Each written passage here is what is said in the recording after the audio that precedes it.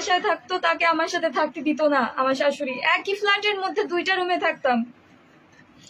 এই সোনার স্বামী পাইয়া যে তার মূল্য দিতে জানলো না। 2 দিন পর এডিশনাল এসপি চেয়ারে বসবে, বউ বসতে দেবে না। আর আমি বলছি না, এই এডিশনাল এসপি যদি না হইতে তোমার আমার এই এত কষ্ট 20 বছরে সব জলঞ্জল হয়ে যাবে।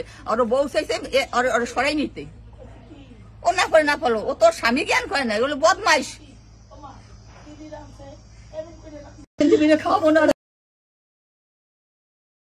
যে পুলিশ অফিসার হয়ে দেশের সেবা করবেন, জনগণের সেবা করবেন, জনগণকে প্রটোকল দিবেন, সে নিজেকে প্রটোকল দিতে পারলেন না। সে চলে যাওয়াটাই আমি মনে করি বেটার, কারণ এমন পুরুষ হয়ে জন্ম নেওয়াটাই ভুল।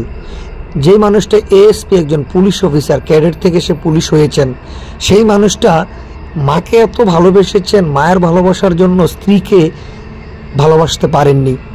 ভালো কথা, যে মাকে বেশি ভালোবাসেন তাহলে তার বিয়ে করার কি দরকার ছিল।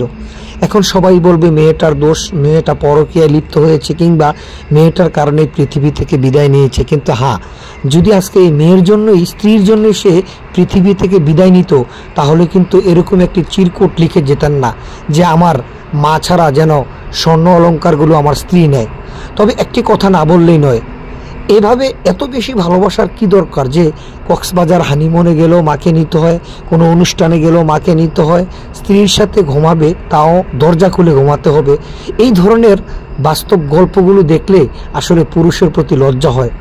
আরে ভাই, তুমি একজন পুলিশ অফিসার, তুমি বিয়ে করেছো, তোমার সংসার হবে, এটাই তো স্বাভাবিক, তাই না? তাহলে এই ধরনের ন্যাক্কারজনক কাজ করে তুমি পৃথিবী থেকে চলে গিয়ে কি তোমার নিজের পুরুষত্বের সাহসিকতা দেখালে, না তুমি একজন কাপুরুষ হিসাবে জনগণকে দেখিয়ে গেলে, বাংলার মানুষকে দেখিয়ে গেলে, অবশেষে তোমার স্ত্রীটাকে বিধবা করে গেলে? তোমার মাকে যদি এতই ভালোবাসতে, মায়ের মতন মাকে রাখতে, স্ত্রীর মতো স্ত্রীকে রাখতে, তবে এই ধরনের ন্যাক্কারজনক ঘটনা তুমি করে চলে গিয়ে আসলে কখনোই কোনো ভালো কাজ করতে পারোনি। কিন্তু এই মেয়েটাকে কেন বিধবা করে চলে গেলে? লজ্জা হয়, আসলে পুরুষ হিসাবে সত্যি লজ্জা হয়।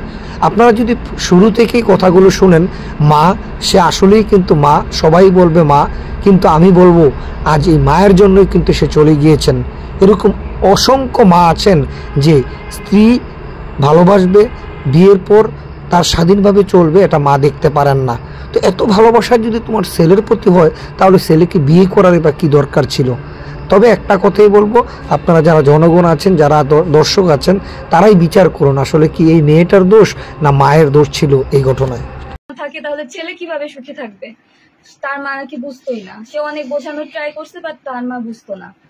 এক পর্যায়ে তার মা যখন আমাকে ডিভোর্সের জন্য, তার মা লোভী ছিল, সে বলতো যে যৌতুকের জন্য যে গহনা, টাকা, বাড়ি, গাড়ি দিবে তার ছেলেকে, সেরকম মেয়ের সাথে সে তার ছেলেকে বিয়ে দিতে চায়। তো আমার হাজবেন্ড যেহেতু আমাকে প্রচুর ভালোবাসতো, সে আমাকে পছন্দ করে নিজে বিয়ে করছে, তো আমার হাজবেন্ড চাইতো না আমাকে ডিভোর্স দিতে। আর আমি তো নির্দোষ, আমি যদি দোষী হইতাম তাহলে তো আমার হাজবেন্ড আমাকে ঠিকই ডিভোর্স দিয়ে দিত, সে তো মারা যেত না। কারণ ডিভোর্স তো বর্তমানে অ্যাভেলেবেল, আর এটা খুব প্রচলিত যে বউয়ের সমস্যা, ঠিক আছে ডিভোর্স দিয়ে দিই। আর তার তো এটার ক্যাপাবিলিটি ছিলই, সে আমাকে ছাড়তে চায় নাই, কারণ সে আমাকে বারবার বলতো তোমার কোনো দোষ নাই, তোমারে ছাইড়ে দিলে তো তোমার জীবনটা শেষ। তো না পাইরা ও নিজেই চলে গেল, আমাকে একবার বলেও গেল না।